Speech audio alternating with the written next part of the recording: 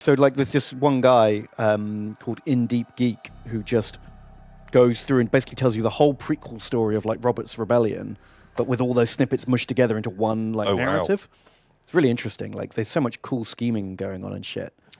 Because like no one knows if this rebellion's ever going to go anywhere because it's just the Starks and the Baratheons, right? That's not enough to overthrow the whole kingdom. Yeah, yeah. So like the Tyrells are like, technically we have to show that we're loyal. We want to come out of this rebellion, no matter who wins, looking cool. Yeah, yeah, we want to look good. So the Tyrells like defeat a small Baratheon army and then just march over to Storm's End and siege Stannis. And Stannis' castle is irrelevant. Yeah. But they never attack the castle, and they never take part in another battle after that initial skirmish. Okay. So if the king wins, they can just be like, oh, yeah, look, we were in 2 battles, we sieged their homeland, we were totally loyal the whole time. We were super important to this. But then if the rebels win, the Tyrells get to go, look, we obviously held back real... Clearly we could have won. We could have won everything. We were on your side the whole time. Genius. Yeah, so that way they get to, like, you know, come out on top either way. And even, like, Tywin, like, doesn't fight a single battle, shows up right at the end and turns up to King's Landing and is like, now we know the rebels are going to win. We'll knock on the door and say, we're here to defend King's Landing. I'm here to help. But actually, not there to help. No. It's a cool story. Yeah, Tywin the Kill Stealer. What a sneak. It's really cool. And there's loads of other like hidden things. Like there's a fan theory that, you know, Ghost, Jon's direwolf. Yeah. The whole time, like anytime that dog does fucking anything, it is plot critical.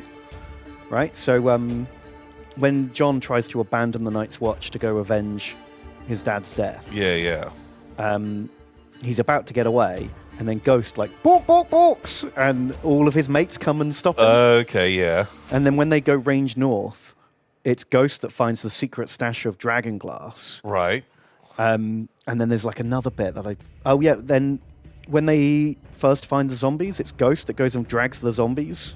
And they bring them back, and then they don't burn them, and then they come back as zombies, and then it's Ghost that wakes up Jon, and is like, there's fucking zombies, mate. Like, yeah. So the theory is, because Ghost is like white with red eyes, there's the guy who lives in the trees. Oh, okay. He's albino. Oh. He can warg through like the tree network. Oh, so he's like trying to guide Jon to like... He's seen the future, and he's like, we need Jon Snow to like fight the zombies. To be the hero. He's the guy who's going to kill the fucking White King or whatever he's called. Yeah, he's going to be like the superhero. So like the whole time, Ghost is just like the remote-controlled guy who's like keeping him on like the straight and narrow path to guide him to his destiny. That kind of makes sense. I don't hate that as an idea. Yeah, because there's even the one extra thing that kind of swung it was when Bran tries to like go to the past and talk to his dad. His dad like hears him as like a whisper on the wind, but they can't quite connect.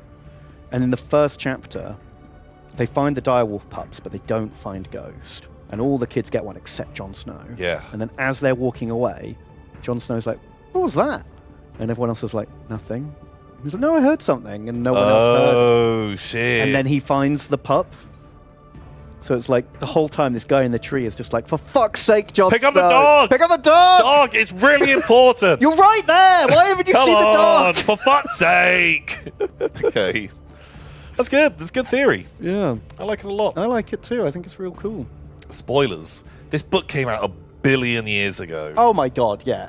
Like, I feel like if you were gonna read Game of Thrones, it's from the 90s. And a TV show came out. It was the world's biggest thing at one time. If you have not been persuaded to read it yet, and you've managed to avoid every spoiler so far. If this was the thing. The moment you got spoiled then, holy shit.